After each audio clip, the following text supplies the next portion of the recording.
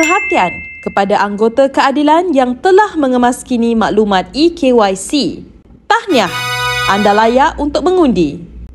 Tarikh pengundian di peringkat cabang akan bermula mulai 11 April 2025 sehingga 20 April 2025 mengikut negeri seperti ketetapan JPP.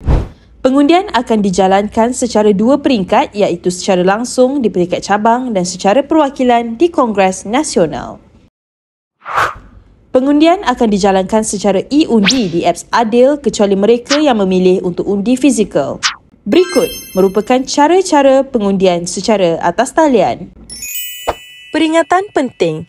Sila muat turun atau kemaskini apps Adil kepada versi terkini.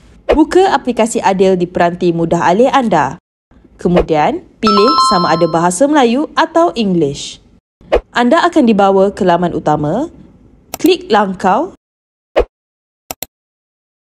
dan seterusnya, klik mulakan.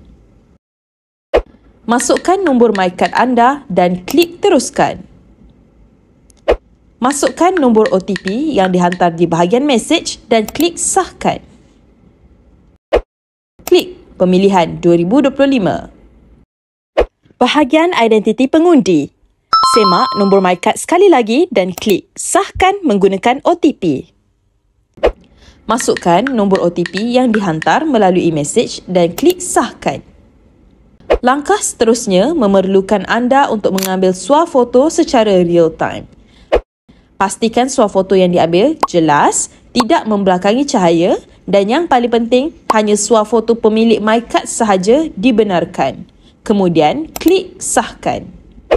Selesai pengesahan diri, anda akan dipaparkan dengan senarai jawatan yang dipertandingkan di cabang anda. Tekan undi. Seterusnya, anda akan dibawa ke paparan calon-calon yang bertanding mengikut jawatan. Pilih calon pilihan anda dan klik undi. Ulangi langkah yang sama bagi calon-calon jawatan lain.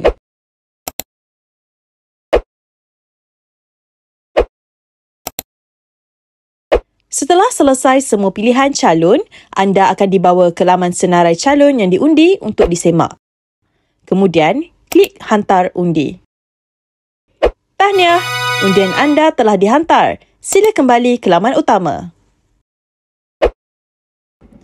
Untuk maklumat lanjut, sila layari pemilihan.keadilanrakyat.org.